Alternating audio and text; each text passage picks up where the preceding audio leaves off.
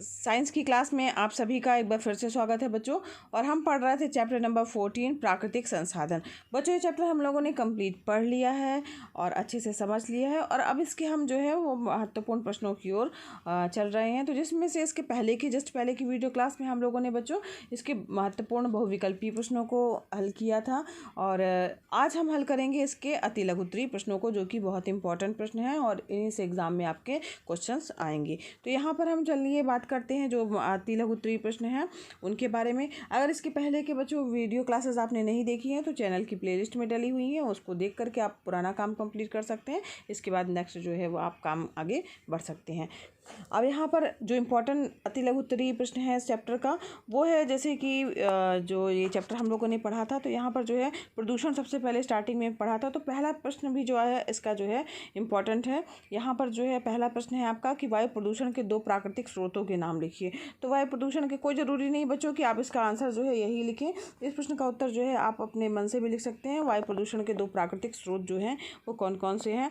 तो प्राकृतिक रूप से लिखना है तो यहाँ पर जो है जो प्रकृति के द्वारा जो है प्रदूषण होता है तो यहाँ पर जो है जो फॉरेस्ट में जंगलों में आग लग जाती है जिसको दावानल कहा जाता है, फॉरेस्ट फायर बोलते हैं। तो ये जो है इसके कारण जो होता है वायु का प्रदूषण होता है जो कि एक प्राकृतिक स्रोत है।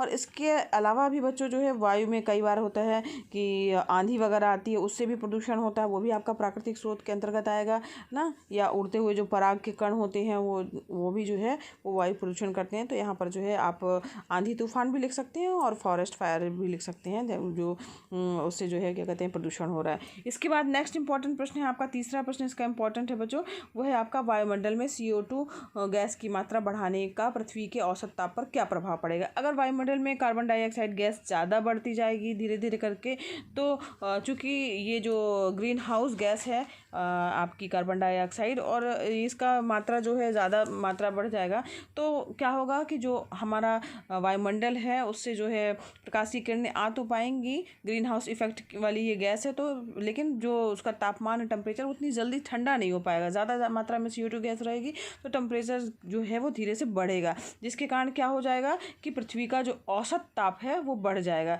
तो आप देख भी रहे होंगे बच्चों इस समय गर्मी जब पड़ती है तो आपको होता है सुनाई देता होगा कि गर्मी का इतने सालों का रिकॉर्ड टूटा। तो यानी टेम्परेचर बढ़ता जा रहा है, 1 डिग्री टेम्परेचर 2 डिग्री टेम्परेचर जो है भी बढ़ना बहुत मायने रखता है। तो ये कहलाता है ग्लोबल वार्मिंग। तो यहाँ पर पृथ्वी का औसत ताप क्या होगा आपका बढ़ जाएगा अगर CO2 गैस की मात्रा अगर वायुमंडल में बढ़ जाएगी। तो तीसरा प्रश्न इंपॉर्टेंट है बच्चों। नेक्स्ट इंपॉर्टेंट प्रश्न है आपका बच्चों, वो है चौथा प्रश्न, पर्यावरण में हानिकारक प्रभावों से ओजोन परत किस प्रकार से हमें सुरक्षा प्रदान करती है। ओजोन लेयर मतलब क्या काम करती है। तो वास्तव में जो ये ओजोन लेयर है वो सूर्य के प्रकाश से आने वाली जो पराबैंगनी विकिरण होती है जो कि हमारे लिए हानिकारक होती है उसको अवशोषित करने का काम करती है, रोकने का काम करती है।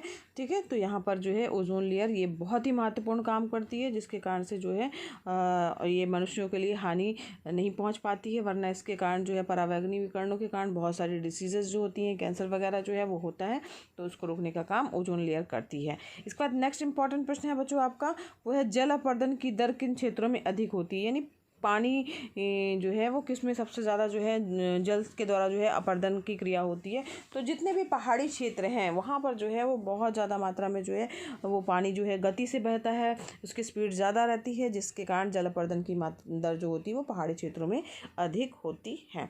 ठीक है, तो यहाँ पर इसका ये इंपॉर्टेंट क्वेश्चन था। इसके बाद नेक्स्ट प्रश्न है आपका कि प्रदूषित अगर वायु है तो उसमें अगर हम नियमित सांस ले रहे हैं तो 2 ऐसे कौन से रोग उत्पन्न हो सकते हैं अगर प्रदूषण वाले स्थान में हम रह रहे हैं और प्रदूषित वायु को जो है अगर हम जो है वो सांस में ले रहे हैं। तो कैंसर हो सकता है बच्चों, हृदय रोग हो सकता है, एलर्जी वगैरह जो होती है प्रदूषित वायु के कारण वो भी होती है।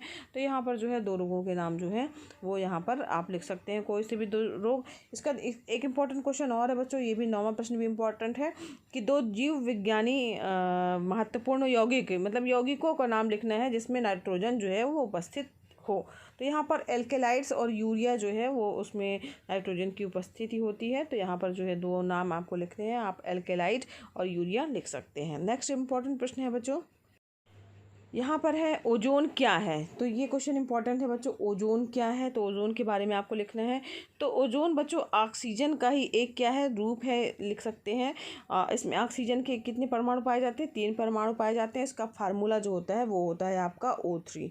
ठीक है, O3 को क्या कहा जाता है, ओजोन कहा जाता है। ऑक्सीजन का ही एक क्या है, अपरूप होता है, और ओजोन का फार्मूला O3 होता है। ठीक है, 3 परमाणु इसमें ऑक्सीजन के पाए जाते हैं।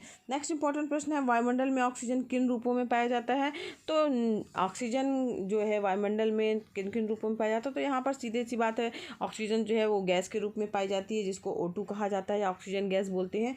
और दूसरा जो है वो है आपका ओजोन गैस बोलते हैं, या ओजोन, इसी के कारण ओजोन की एक लेयर बन जाती है इस गैस की ऊपर, जो कि पराबैंगनी किरणों से हमें बचाती है। तो O3 जो है वो भी ऑक्सीजन जो है का ही एक रूप है। इसके बाद है नेक्स्ट इंपॉर्टेंट प्रश्न है आपका कि ओजोन परत किस ऊंचाई पर उपस्थित है। तो ओजोन लेयर जो है वो हमें, ये अच्छी बात है बच्चों कि ओजोन की लेयर जो है वो वायुमंडल में ऊपर की तरफ होती है, जो कि जिसका जो है ऊंचाई जो है वो 16 किलोमीटर से लेकर के 60 किलोमीटर तक की ऊंचाई पर है।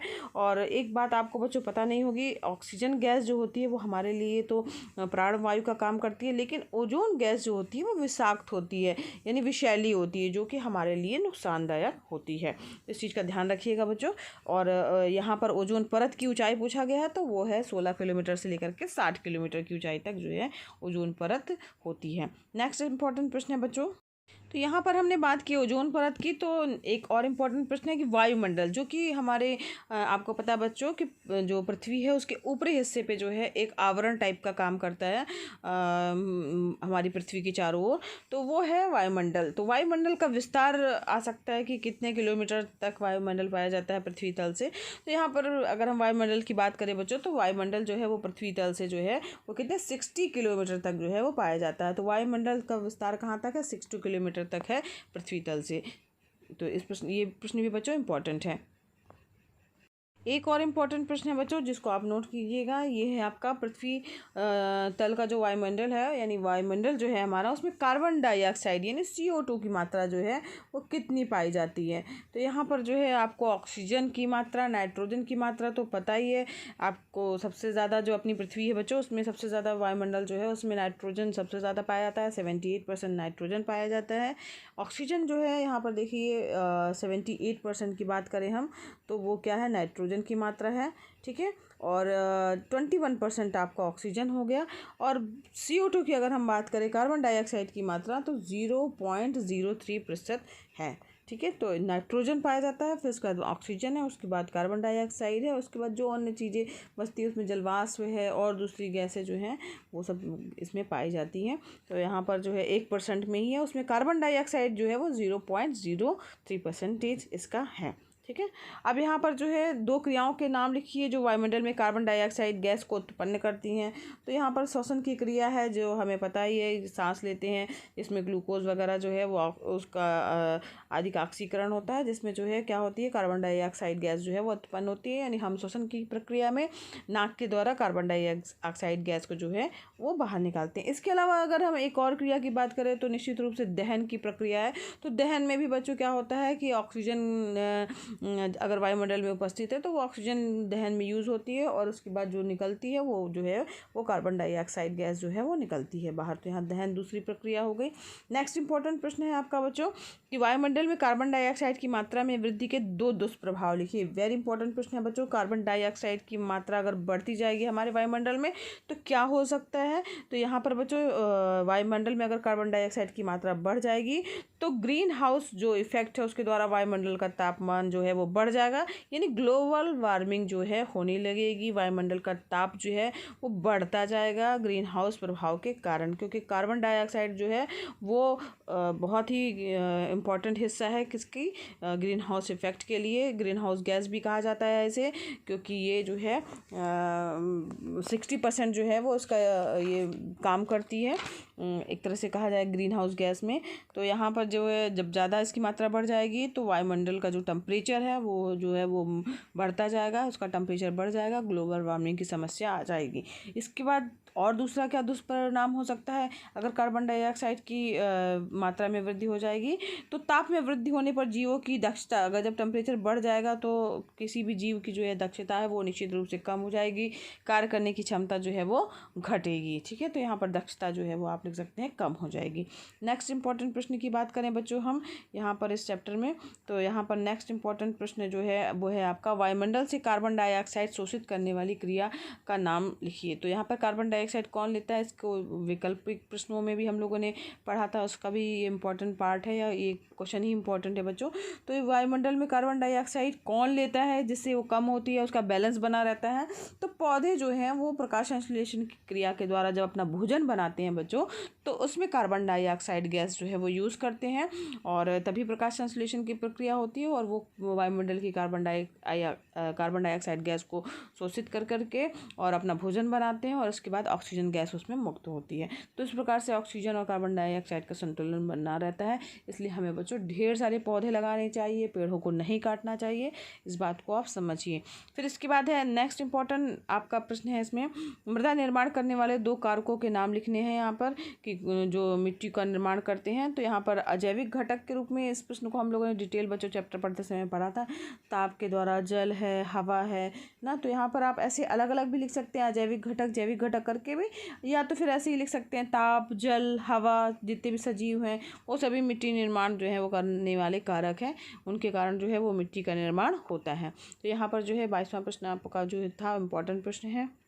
इस प्रकार से बच्चों आज जो है इस वीडियो में हमने पूरे जितने भी अति लघु उत्तरीय इम्पॉर्टेंट प्रश्न हैं जो कि आपके एग्ज़ाम में इन्हीं प्रश्नों में से आएगा, तो वो हम लोगों ने सारे पढ़ लिए हैं और इनको आप फेयर